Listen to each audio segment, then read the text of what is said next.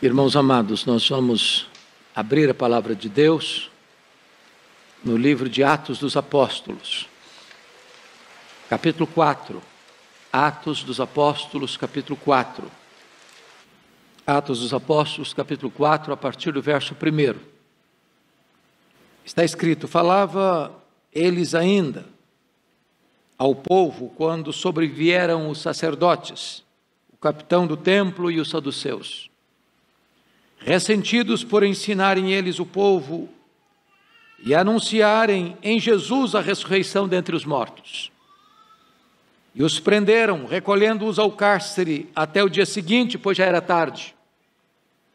Muitos, porém, dos que ouviram a palavra, a aceitaram, subindo o número de homens a quase 5.000.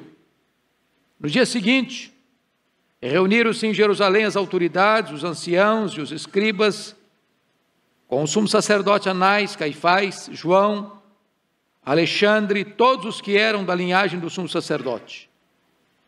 E pondo-os perante eles, os arguíram: com que poder, ou em nome de quem, fizestes isto?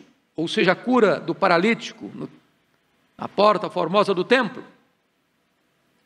Então Pedro, cheio do Espírito Santo, lhes disse: autoridades do povo e anciãos, visto que hoje somos interrogados a propósito do benefício feito a um homem enfermo e do modo por que foi curado, tomai conhecimento, vós todos e todo o povo de Israel, de que em nome de Jesus Cristo Nazareno, a quem vós crucificastes e a quem Deus ressuscitou dentre os mortos, sim, em seu nome é que este está curado perante vós.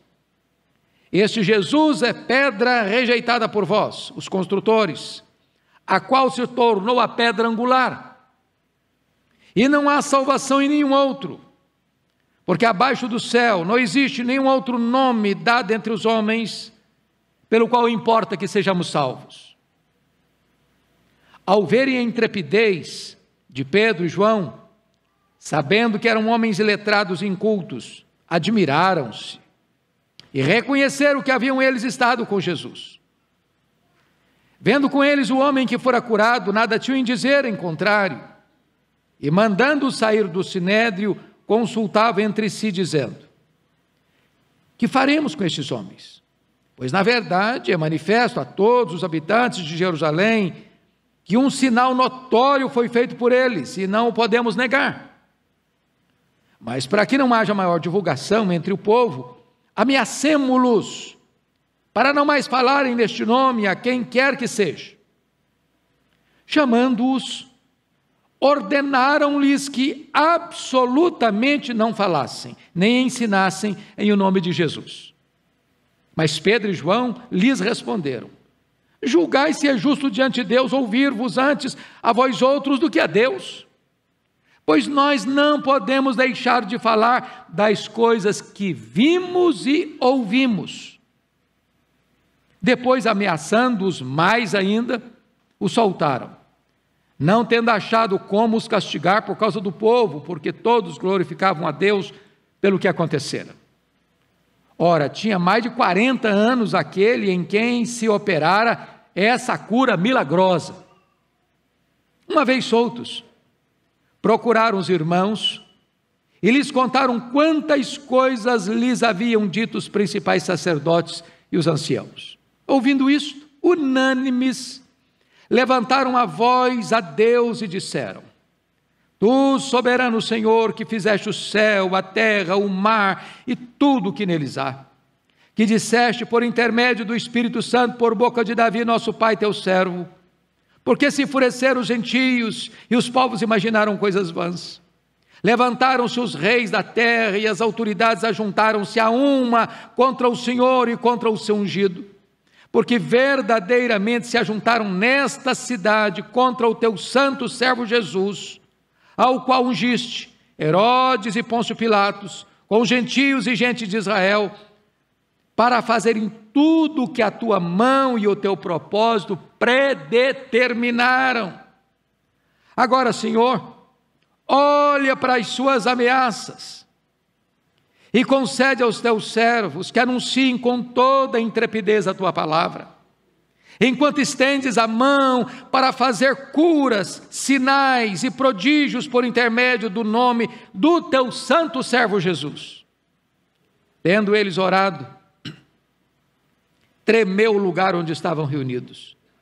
Todos ficaram cheios do Espírito Santo e com intrepidez anunciavam a palavra de Deus. Amém. Louvado seja Deus. Eu gostaria hoje de conversar um pouco com vocês sobre uma igreja cheia do Espírito Santo de Deus. 3 acontecimentos vitais do cristianismo haviam acontecido. Jesus, o Nazareno, fora crucificado em Jerusalém.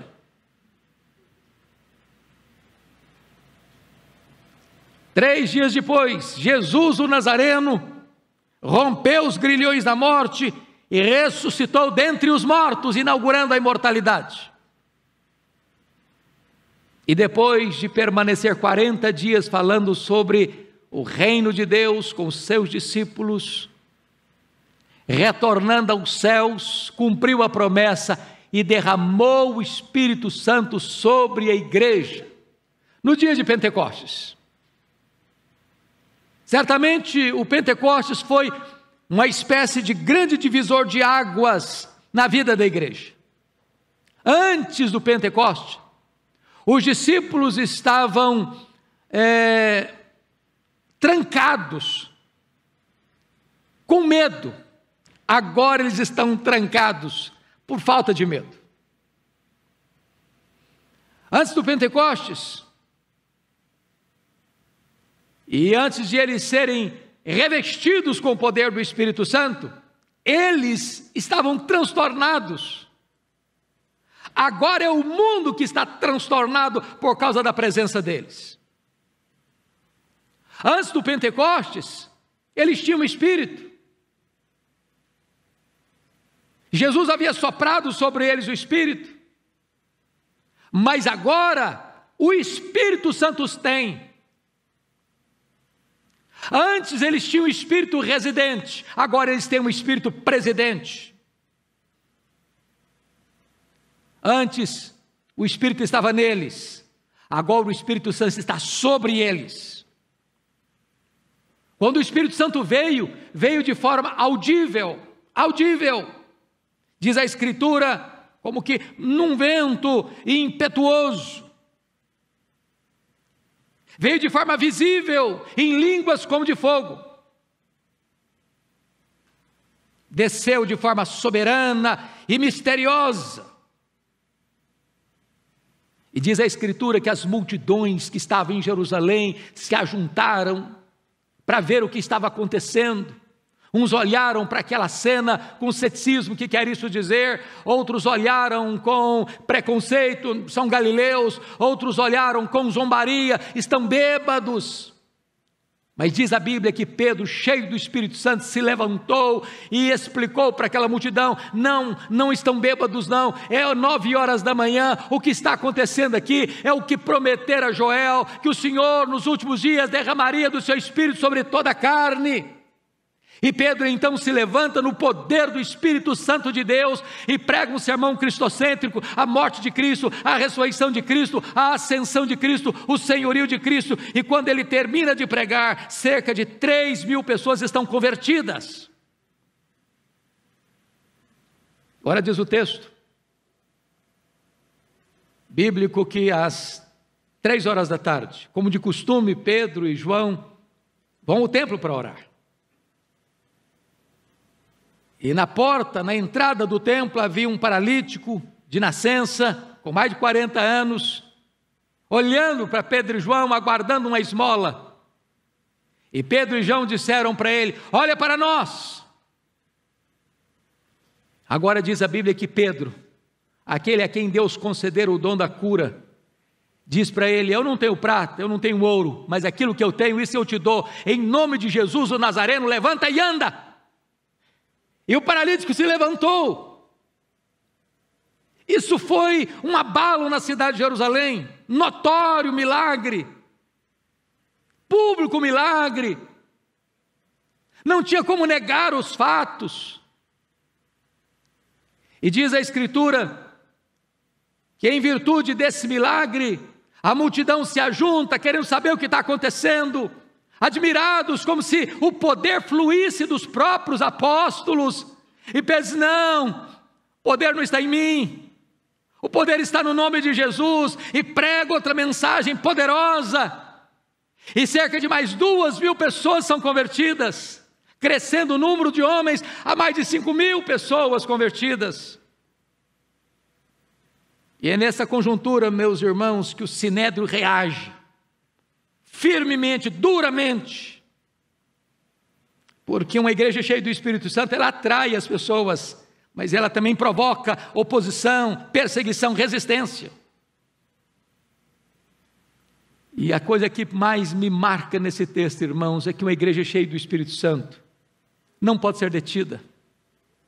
A perseguição pode vir, a oposição pode vir, a ameaça pode vir, a prisão pode vir, o açoite pode vir, as intimidações podem vir, mas a igreja cheia do Espírito Santo não se acovarda, não dá marcha ré, ela se levanta e ela avança no poder do Espírito Santo. Irmãos queridos, nós estamos vivendo também uma época de oposição, de cristofobia no mundo inteiro. Se vocês estão antenados com o que está acontecendo no mundo, há uma onda de cristofobia na Europa, na Ásia, na América do Norte, na América Latina, no Brasil inclusive. O que a igreja vai fazer? Se acovardar? Se encolher? Pois uma igreja cheia do Espírito Santo não pede para que a perseguição cesse, não pede para que o sofrimento acabe, ela pede a autoridade, ela pede a intrepidez, ela pede a poder para abrir a boca e dar testemunho do nome de Jesus. E eu gostaria então, de à luz desse texto, ver com os irmãos o que é uma igreja cheia do Espírito Santo de Deus. Em primeiro lugar, uma igreja cheia do Espírito Santo de Deus, meus irmãos, é uma igreja que triunfa nas adversidades. Preste atenção nisso. A igreja de Deus nunca se enfraqueceu na crise. Nunca. Nem Covid, nem pandemia, nem perseguição, nem pobreza, nem açoite, nem mesmo martírio. A igreja avança, é na crise. É quando o mundo se hostiliza à igreja, é quando o mundo acua a igreja, é quando o mundo persegue a igreja, é que a igreja avança ainda mais. Então, como é que é esta igreja que triunfa sobre as adversidades? Primeiro, olha comigo, que ela glorifica Jesus na perseguição. Versículo 10. Vejam vocês comigo, porque a pergunta que foi feita no verso 7... com que poder ou em nome de quem fizestes isto? Essa é a pergunta. E talvez se os discípulos não estivessem antenados com o propósito de Deus, eles poderiam capitalizar para eles: bom, é que na verdade nós somos alguém muito especial, nós somos uma liderança diferenciada. Na verdade, nós temos poder. Mas eles não exaltaram o nome deles. Eles não capitalizaram para eles, eles não se exaltaram, eles não promoveram eles mesmos, mas está escrito no verso 8, então Pedro, cheio do Espírito Santo, lhes disse: autoridades do povo e anciãos, visto que hoje somos interrogados a propósito do benefício feito a um homem enfermo, de modo que foi curado, tomai conhecimento vós todos e todo o povo de Israel, que em nome de Jesus Cristo Nazareno, a quem vós crucificaste, e a quem Deus ressuscitou dentre os mortos, sim, em seu nome que esse está curado perante vós. É na hora que a igreja é acuada, é na hora que a igreja é pressionada, é na hora que a igreja é chamada ao tribunal para dar razão da sua fé, é que ela aproveita essa oportunidade para exaltar o nome de Cristo. Notem vocês que eles não pedem alívio do problema, eles não pedem nem mesmo para Deus trazer juízo sobre o Sinédrio. o que eles aproveitam a oportunidade não é para pedir a ausência do sofrimento, é para saber qual o propósito de Deus em estarmos passando por um sofrimento e ter nisso uma oportunidade para testemunhar do nome de Jesus. Segundo lugar, uma igreja cheia do Espírito Santo, irmãos, ela mantém corajosa atitude de fidelidade a Deus na ameaça. Olha comigo, por favor, os versículos 19 e 20. Diante da ameaça, que ameaça? Que ameaça? Olha comigo o versículo 17 e 18 antes. Mas para que não haja maior divulgação entre o povo, ameacemo-los, para não mais falarem neste nome a quem quer que seja. Chamou os apóstolos, Pedro e João, ordenaram-lhes que absolutamente não falassem nem ensinassem o nome de Jesus. Agora vamos ver a resposta de Pedro e de João, nos versículos 19 e 20. Você pode ler comigo, por favor? Vamos juntos?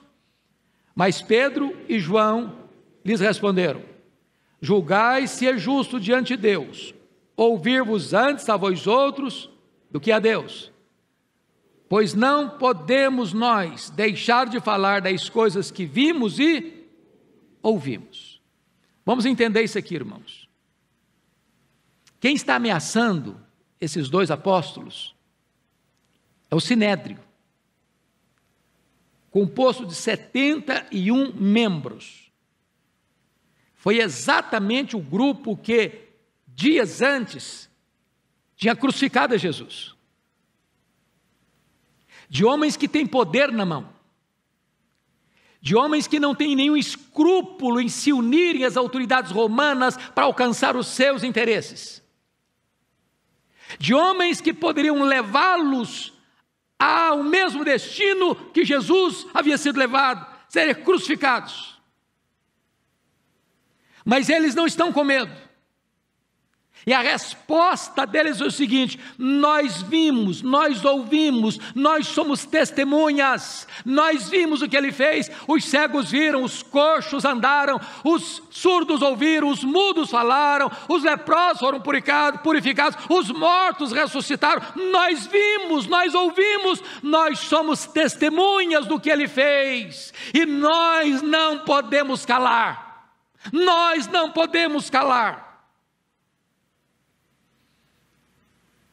Amados irmãos, o que a igreja evangélica brasileira precisa não é a ausência de sofrimento, nem mesmo a ausência de perseguição. Ela precisa de intrepidez, ela precisa poder para testemunhar. Talvez hoje no Brasil nós vivamos uma perseguição mais sutil, mais ideológica, mais filosófica, mais conceitual. Talvez essa seja mais perigosa, talvez essa é aquela que alcance resultados mais nefastos para o avanço da igreja. Quando muitos cristãos tentam dialogar com o mundo, tentam aparentar-se com o mundo, tentam fazer alianças com o mundo, tentam ser amigos do mundo, tentam se acovardar. E é necessário que a igreja tenha intrepidez, e intrepidez quem dá é o Espírito Santo de Deus. Disseram acerca de John Knox, o pai do presbiterianismo lá da Escócia: esse homem teme tanto a Deus, que ele não tem medo de homem nenhum. Foi esse o comportamento dos mártires do cristianismo. Quando os algozes de Perpétua, o carrasco, a intimidava na arena da morte, ela respondeu com bravura: viva, eu te vencerei, morta, vencer-te-ei ainda mais. Não tinham medo. O diabo é sempre sutil. Na hora da pressão, ele vai dizer para você: vamos cá, senta à mesa, vamos negociar. Cuidado, você vai perder essa oportunidade. Se você não der propina, você vai perder esse negócio. Se você não seguir a filosofia da empresa, mesmo contra a sua consciência, você vai perder seu trabalho. Se você não ceder, você vai ser prejudicado. E o diabo, com as suas sutilezas, quer negociar, quer levar a igreja a se acovardar, mas esses homens estão nos ensinando, não dá para você parar, não dá para você silenciar, porque você viu, porque você ouviu, porque você é testemunha de quem é Jesus. Mas em terceiro lugar, irmãos, uma igreja cheia do Espírito Santo é uma igreja que busca a companhia dos irmãos nos tempos de tribulação. Dê uma olhadinha comigo no verso 23, por favor. Pode ler comigo? Vamos juntos? Uma vez soltos, procuraram os irmãos, e lhes contaram quantas coisas lhes haviam dito os principais sacerdotes e os anciãos. Vamos entender, irmãos, um ponto importante aqui. A comunhão da igreja é vital para a saúde espiritual dos membros, cada um de per si. A igreja é uma espécie de sala de emergência do Espírito Santo.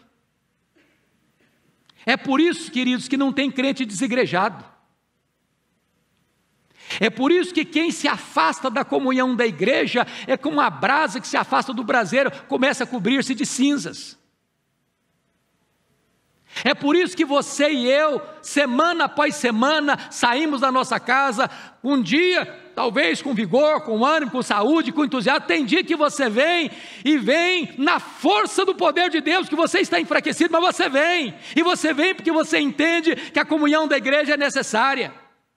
Na hora da crise, não é hora de sair da igreja não, na hora da crise, não é hora de se ausentar da igreja não, na hora da crise, é hora que você precisa procurar a comunhão dos santos, porque é aqui que você encontra ânimo, força, palavra de Deus, orientação para a sua jornada.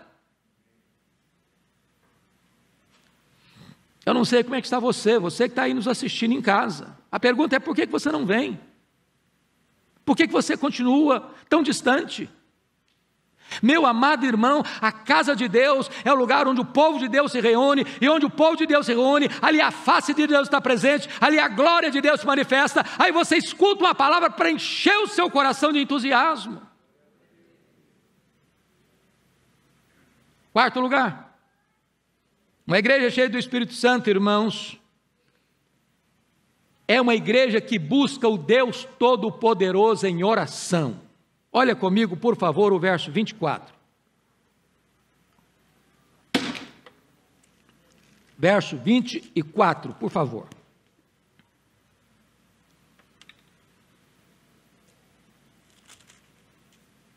Você pode ler o 24 comigo? Vamos juntos? Ouvindo isto, unânimes, levantaram a voz a Deus e disseram: Tu, soberano Senhor, que fizeste o céu, a terra, o mar e tudo que neles há. Oh, amados irmãos, eu fico imaginando que quando Pedro e João estavam presos aquela noite, que enfrentam a ameaça do sinédrio, agora soltos, eles não pensaram assim: você quer saber de uma coisa, João? Vamos voltar para Galileia? O negócio está ficando difícil aqui. Vamos sair dessa pressão. Vamos lá para onde nós nascemos, crescemos, trabalhamos lá, a coisa mais tranquila. Então, eles procuraram a igreja. Ao chegar na igreja, contaram o que acontecera com eles. A igreja não se intimida. A igreja não se acovarda, eles estão lidando com forças poderosíssimas. Ao contrário, diz a Escritura que todos levantaram a voz unanimemente a Deus. Eu fico imaginando que é uma geração dessa. Porque às vezes, irmão, a gente vai participar de uma reunião de oração, uma hora com ânimo, outra hora desanimado, outro nem ora, o outro fica desanimado demais da conta, o outro parece que está dormindo, o outro parece que está desinteressado, não há coesão, não há entusiasmo, não há um só coração, não há uma só alma, não há unanimidade.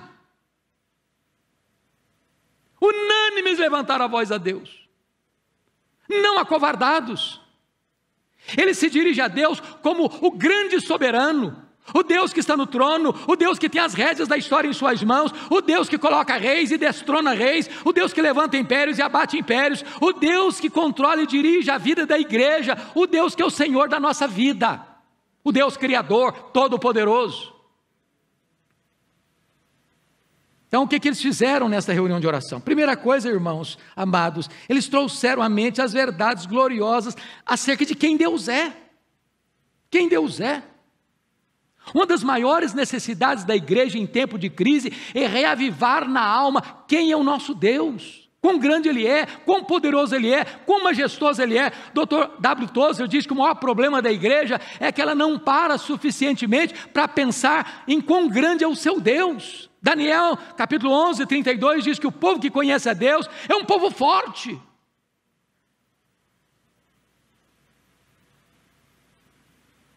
Segunda coisa, é que eles, notem vocês, eles pediram para Deus olhar para o problema. Olha comigo o versículo de número 29. 29, você pode ler comigo? Vamos lá, 29, juntos? Agora, Senhor, olha para as suas ameaças, até aqui. Senhor, olha para as suas ameaças. Já que eles sabem que Deus é soberano, então dizem, Senhor, então o Senhor toma conta desse negócio aí.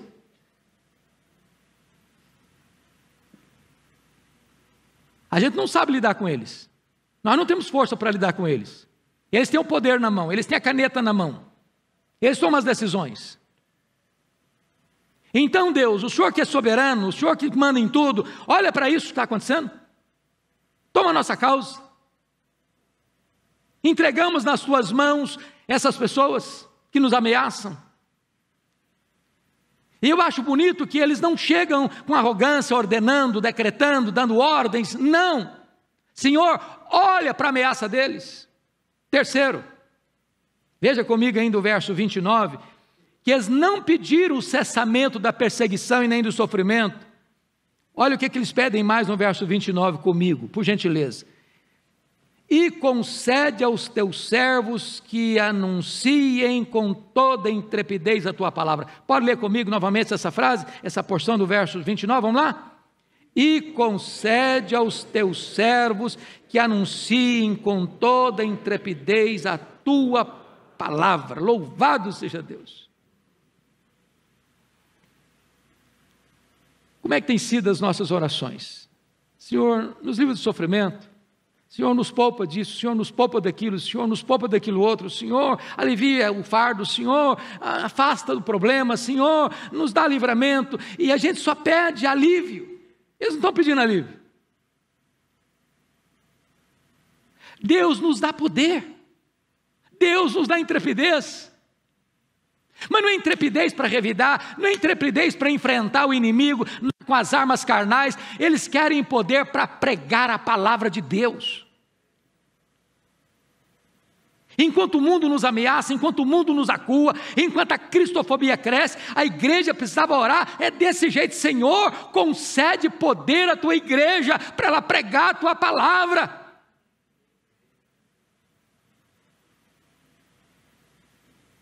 O que acontece? Diz que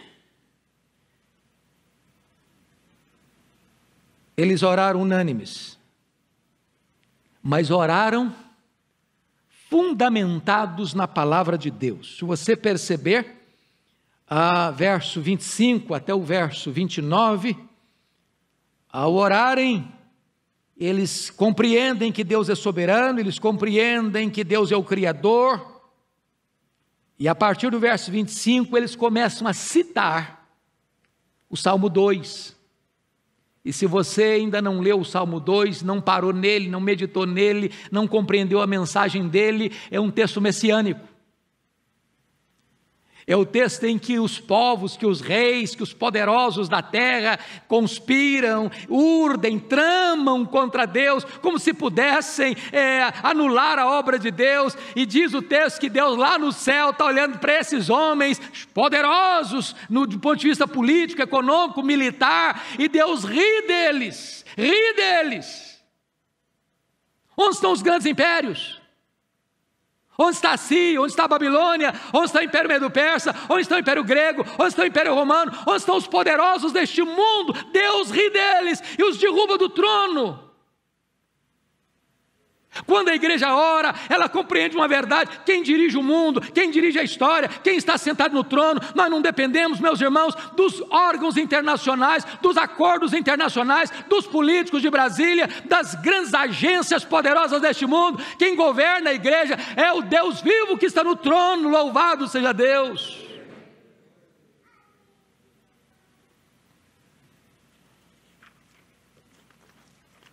Amados irmãos,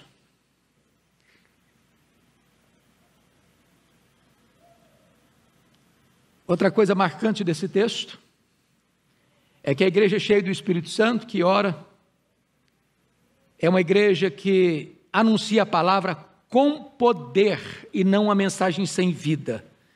Veja vocês, vamos ler de novo agora de forma junta o verso 29 e o verso 30 para entendermos algo muito precioso aqui. Vamos juntos, 29 e 30. Agora, Senhor, olha para as suas ameaças e concede aos teus servos que anunciem com toda intrepidez a tua palavra, enquanto estendes a mão para fazer curas, sinais e prodígios por intermédio do nome do teu santo servo Jesus. Prestem bem atenção. Pregar a palavra é papel nosso, mas fazer milagres, curas, prodígios, sinais, é poder e ação exclusiva de Deus. Entretanto, eles creem nisto, eles esperam isso, eles aguardam isso. Muitos teólogos hoje dizem: não, essa questão de milagres não acontece mais não, isso foi lá para aquela época, hoje não mais. E nós não esperamos, e nós não aguardamos, e nós não oramos mais por isso. Pois a igreja de Deus, meus irmãos, avançou ao longo dos tempos, pregando a palavra com intrepidez e aguardando de Deus os seus sinais, as suas maravilhas. Porque Deus faz, porque Deus realiza. A igreja não administra isso, mas a igreja crê, a igreja ora, a igreja aguarda, a igreja espera, a igreja recebe. Ela prega não só aos ouvidos, ela prega aos olhos. Não basta apenas sermos ortodoxos, nós precisamos também experimentar o poder de Deus. Mas eu queria concluir com o último ponto, que uma igreja cheia do Espírito Santo, irmãos, é uma igreja que experimenta as extraordinárias intervenções de Deus. Em primeiro lugar, ela recebe uma qualidade de vida superlativa. Olha comigo o versículo 13, por gentileza. Leia comigo o verso 13, por favor. Vamos juntos? Ao verem a intrepidez de Pedro e João, sabendo que eram homens iletrados e incultos, admiraram-se e reconheceram que haviam eles estado com Jesus. Preste bem atenção nisso. Homens iletrados e incultos, talvez não tinham a formação intelectual formal que aqueles homens da elite religiosa de Israel possuíam. Mas uma coisa era notória neles: havia poder, havia intrepidez, havia exemplo. E a única conclusão que eles puderam ter: estes homens estiveram com Jesus. Talvez o mundo conheça a nossa erudição, o nosso conhecimento, as nossas estratégias. Falta-nos, entretanto, para impactar o mundo, irmãos, o poder de Deus. O mundo olhar para nós: esse povo está com Jesus, esse povo conhece Jesus, esse povo viu, esse povo ouviu, esse povo é testemunha de que, de fato, Jesus é real na vida deles.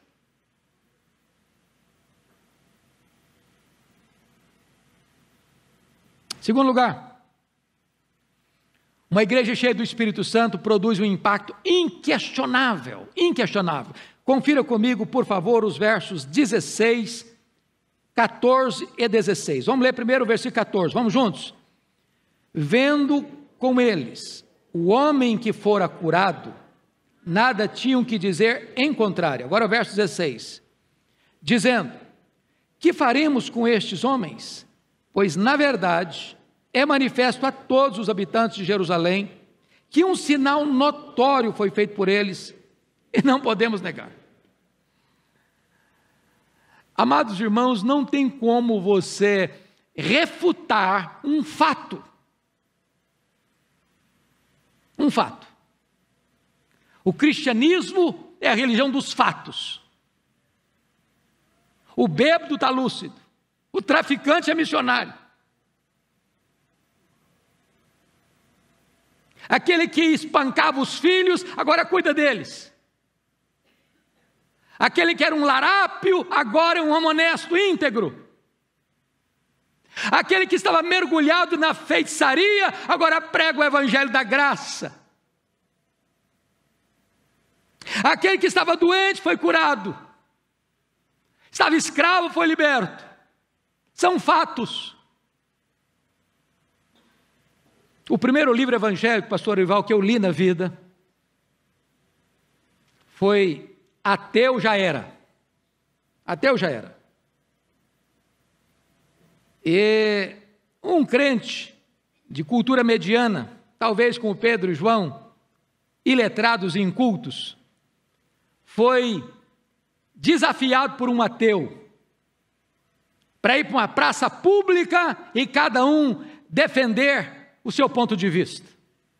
O crente de cultura mediana disse: eu topo, com uma condição. Você vai trazer prostitutas, ladrões, traficantes, que foram transformados pelo ateísmo. E eu vou trazer um séquito de gente bêbada, traficante, drogado, ladrão, assassino, transformado pelo evangelho. Vamos compor então o nosso auditório. Topado o desafio. O ateu não conseguiu trazer ninguém. São fatos. É notório. É a transformação, produz impacto. Terceiro, uma igreja cheia do Espírito Santo experimenta o enchimento e o poder desse Espírito para fazer a obra de Deus. Leia comigo, por gentileza, os versos 30 e 31. Vamos juntos, por favor? 30 e 31. Enquanto estendes a mão para fazer curas, sinais e prodígios, por intermédio do nome do teu santo servo Jesus.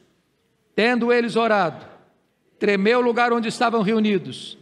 Todos ficaram cheios do Espírito Santo e com intrepidez anunciavam a palavra de Deus. Eu não sei quanto a você, meu amado, mas a plenitude do Espírito Santo, o enchimento do Espírito Santo, não é uma experiência que você tem uma vez na vida e nunca mais precisa ter de novo.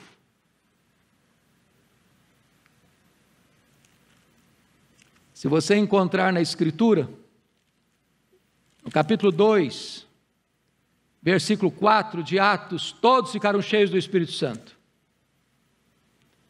Aí depois, no capítulo 4, versículo 8, então Pedro cheio do Espírito Santo. Agora no capítulo 4, versículo 31, todos ficaram cheios do Espírito Santo. A plenitude de ontem não serve mais para hoje, não. E eu não sei quanto a você, mas a minha maior necessidade é estar cheio do Espírito Santo. Cheio do Espírito Santo. A maior necessidade da igreja é ser cheia do Espírito Santo. Porque uma igreja cheia do Espírito Santo, irmãos, ela não se intimida com os problemas, com as ameaças, com os perigos, com as dificuldades, com o mundo em turbulência, com a onda de cristofobia, com o cerco fechando contra a igreja. Ela vai pedir a Deus: Senhor, nos dá intrepidez, nos dá poder, nos enche com o Espírito Santo. E diz a Bíblia que a casa tremeu, mas os discípulos ficaram inabaláveis. Louvado seja Deus.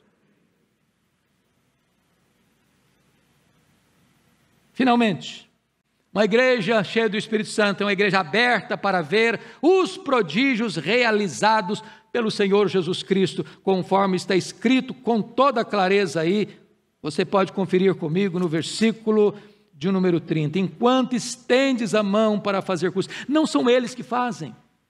O grande problema hoje, irmãos, é que muita gente está comercializando milagres, vendendo milagres, ludibriando milagres, fazendo coisas completamente estranhas à palavra de Deus, dizendo que isso é milagre, com coisas completamente místicas e sincréticas, dizendo que é milagre. Não, nós não queremos esse milagre forjado, fabricado, falsificado, para enaltecer o homem, para comercialização da fé, mas nós cremos que o nosso Deus é o mesmo, Ele não se aposentou, Ele não perdeu o seu poder, Ele não está numa cadeira de balanço, Ele está no trono e Ele faz quando Ele quer, do jeito que Ele quer, com quem Ele quiser, para a glória do seu próprio nome, e cabe a você pedir a Deus para fazer, e Ele faz, e Ele faz.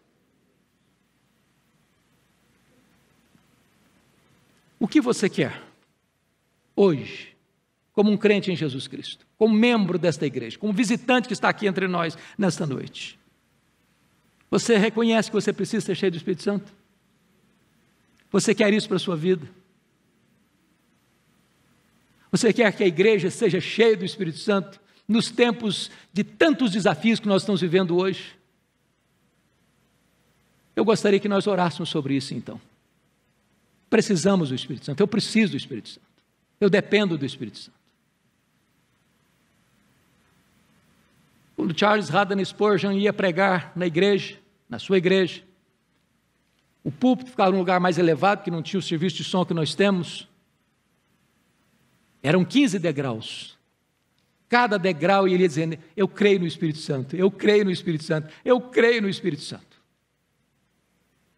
Quando o missionário presbiteriano John Hyde foi para a Índia, ainda no navio ele recebeu um telegrama. E fizeram uma pergunta para ele: John Hyde, você está indo para a Índia, mas você está cheio do Espírito Santo? Irmãos, não é título de pastor que dá plenitude do Espírito Santo, não é curso teológico, seja ele de graduação, pós-graduação, mestrado, doutorado, que dá plenitude do Espírito Santo. Deus pode encher um adolescente, uma criança, um jovem, um ancião, uma anciã, uma pessoa iletrada, inculta, com o poder do seu Espírito, e pode levantá-lo na força do seu Espírito. Oh, como nós precisamos disso como igreja. Se você quer isso para a sua vida, eu queria que você, onde você está, mas se é isso que você quer, que você ficasse em pé. Eu vou pedir ao pastor Ival para vir orar por nós neste momento.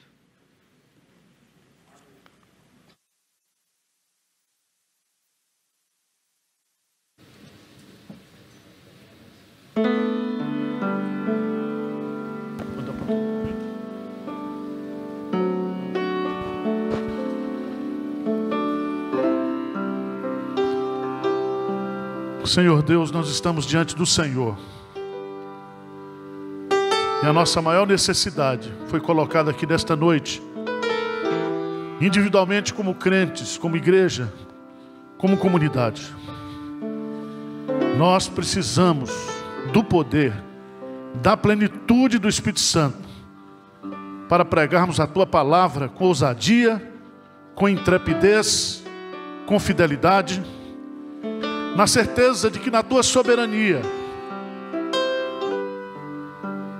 o Senhor fará coisas extraordinárias. Nós cremos no Senhor, nós cremos na Tua palavra, nós cremos em milagres, nós cremos que o Senhor pode fazer o que fez no passado, e que nesse momento da história, onde o Evangelho sofre ameaças políticas, ameaças jurídicas, a Tua igreja precisa ser levantada no poder do Espírito Santo. Venha nos encher nesta noite, ó Espírito Santo. Cristo, batiza-nos com fogo nesta noite, encha-nos com Teu Espírito. Queremos ser cheios de Ti, queremos ser dominados por Ti, queremos ser guiados por Ti, queremos ser ensinados por Ti, queremos que Jesus Cristo seja glorificado através de nós, através da Tua igreja. Pai, nos dê coragem nesses tempos difíceis, que haja uma purificação, uma santificação, uma limpeza na Tua igreja, Senhor. Limpa o nosso coração, limpa a nossa mente, porque o óleo só vai onde o sangue passa. Que o sangue de Jesus Cristo nos purifica de todo pecado aqui nessa noite. Que o Espírito Santo possa nos limpar, nos purificar, nos lavar. E que o óleo da unção, que a manifestação da presença poderosa do Espírito Santo seja real na vida de cada um aqui, Senhor. Que nós voltemos para casa, Senhor. Que nós acordemos cedo para orar. Que nós façamos vigília, jejum. Que haja uma fome, um desejo, um apetite espiritual da tua igreja para esse enchimento. Essa é a nossa oração, nosso desejo. Em nome de Jesus. Amém.